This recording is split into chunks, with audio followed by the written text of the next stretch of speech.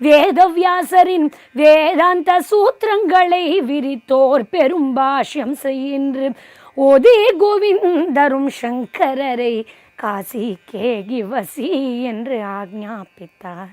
காசியில வியாசருடைய வேதாந்த சூத்திரங்களுக்கு பாஷ்யம் எழுத நீராடி விட்டு குறுகிய கட்டமா மணிகர்ணிகா கட்டத்தில் சந்திரமௌலீஸ்வரரே வரார். விளையாட்டு பண்றார். 4 வேதங்களையே 4 நாய்களாக மாற்றி தானே வந்து ஆச்சாரியாளோட விளையாடி சங்கரன் மனிஷா பஞ்சகம் பாடியருள 12 வயசுல பிரம்மசூத்திர பாஷ்யமும் அருள அருமை சீடராம் சனந்தனர் உடனே வான் இவர் கூப்பிட்ட உடனே கங்கையை கூட பொருட்படுத்தல. சனந்தனர் வேகமா வர கங்கை தாய் அவர் வச்ச ஒரு அடிக்கும் தாமரைய பூக்க பண்றா. அதனாலதான் பத்மம் மீது நடந்ததால் செழும் பத்ம பாதர் என்றாகினார்.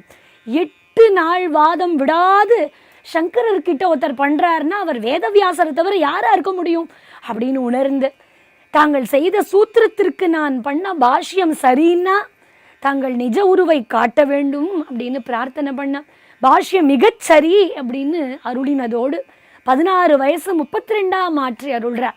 ஏற்கனவே குழந்தைக்கு 8 வயசு தான். முதல வாயிலேருந்து தப்பும் போது 8 16 ஆக்கினார்.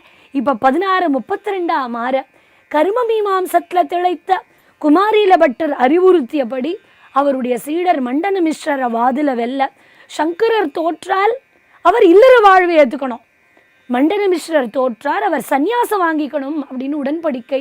மண்டன மிஸ்ரர் வாதில் சங்கரரிடம் தோற்க சுரேஸ்வர ஆச்சாரியரும் ஆனார்.